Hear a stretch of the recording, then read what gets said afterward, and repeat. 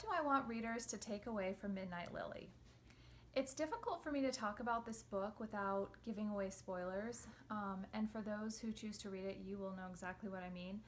But I guess what I hope readers will take away from this story is that just as people are unique and individual, so are love stories. And all love stories are beautiful, even the ones that are unconventional. And sometimes, in fact, those are the most beautiful ones of all because often they're fighting against all odds.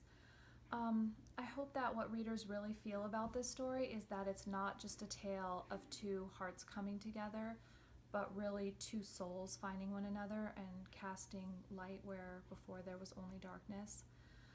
I loved what my editor Marion sent back to me after the first time she read it, and I printed it out because it just really touched me how much she got what I was trying to do with this story and these characters. So I'll read her words. She said, "I loved that this was not about their sexual attraction and sex. This was about souls connecting in such a way that nothing could separate them. In sickness and in health, they loved each other. Theirs was not a typical love story. Theirs was a life story, a living story." If even a few readers come away feeling like this as well, I will consider my job well done.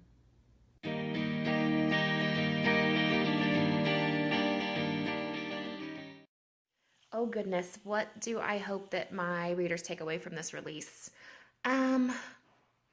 This story is really about finding yourself and also like letting go of some of the shields that we may have. You know, we all have our security blankets, you know, things that make us feel safe. And both Lyric's and Tamar's are a negative in their lives. And so, you know, breaking that down and just hoping that people will see that, you know, sometimes it's scary to trust in someone else, to believe that you deserve to be loved. And just knowing that there is someone out there that will love you for who you are. And, you know, also like a feeling of like self-forgiveness. I want people to see that through these two, that, you know, we've all done things wrong. We all have regrets. But it's something we can't allow to define us. We learn from it, we move on, and we hope that we're better in the future. So that's what this book is all about.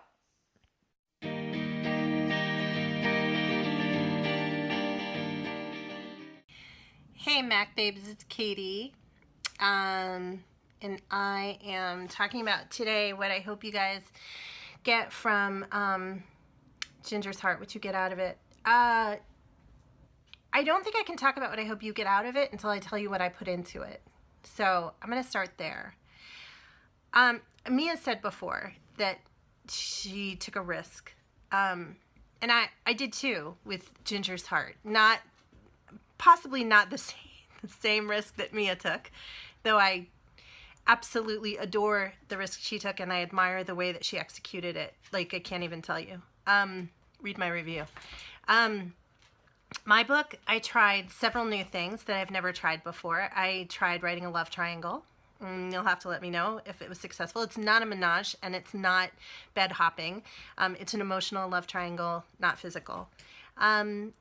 I also wrote deep POV in 3 different characters simultaneously. I've never done that before, to be honest. I've never seen it done before.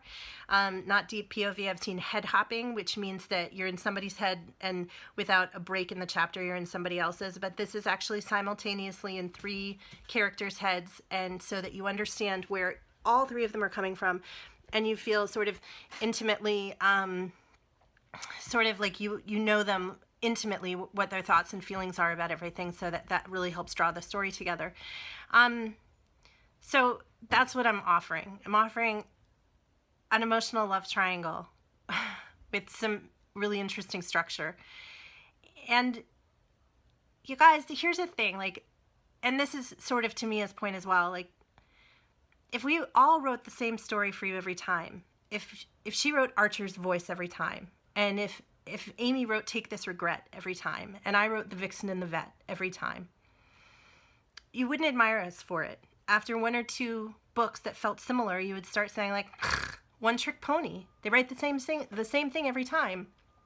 And now, whether you always are going to love these risks that we take, they keep our work from being stale, from being uninspired. These risks that we take as authors, as artists, I believe in my heart, are not just for us to kind of flex our fingers as we type and as we come up with new stories, but also for you, that you get a fresh experience each time you buy one of our stories. So I hope you love Ginger's Heart. My contract with you, a happy ending, a love story with a happy ending, totally there, absolutely. And I just hope that you can enjoy a love story, a love triangle. It's a little different from other books that I've written so far. And I don't know, we'll see. I hope you love it, folks. What do I hope you get from it? I hope you get some awesome entertainment and a love story that sticks with you. Happy reading.